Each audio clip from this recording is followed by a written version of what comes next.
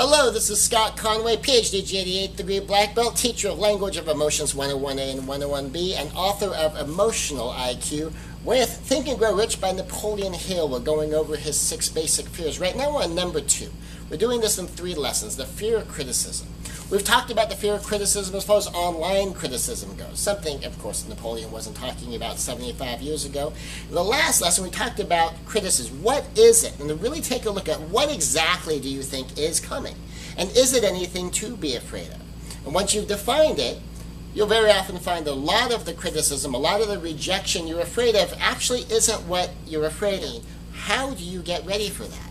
Well, in the something's coming, if it's legitimate criticism, what you're going to do is sift through it, and you're going to find the treasure in it. Now, the hurtful part, the annoying part, the aggravating part, that part you can set aside. Now, you might get defensive at first, and that's normal. Anytime a human being feels like they're under attack, they're going to get defensive. But take a look at it.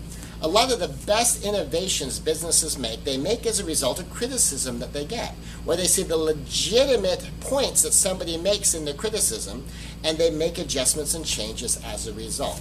Now, part of this is barely touching on a concept I teach called Stealth Mastermind. Stealth Mastermind is a business principle where you take someone's anger, you take someone's fear, you take someone's hurt, all the experiences of your customers when they might come crashing against you, aggressively attacking you, but you use it to actually mastermind with them in a very stealth way to make your product and your services infinitely better.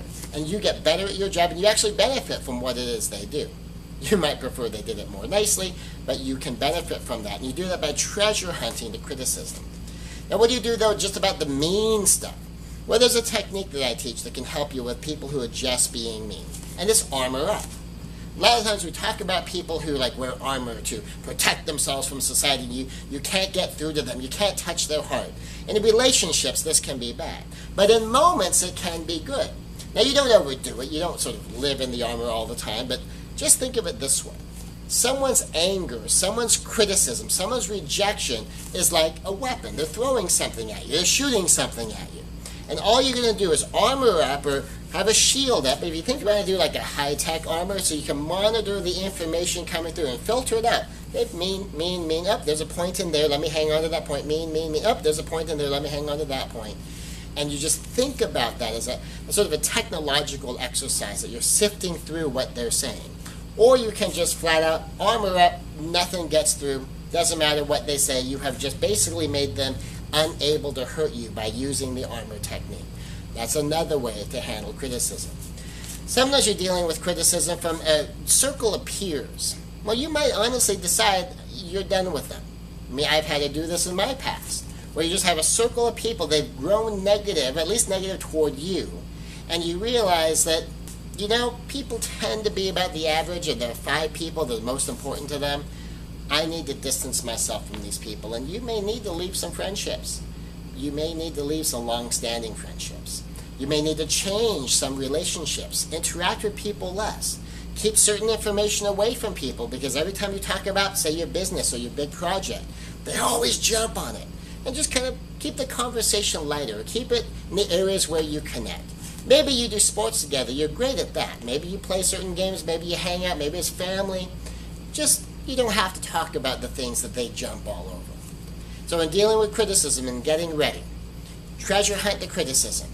Be ready to learn from it and turn it around so that it helps you. Learn about the other person.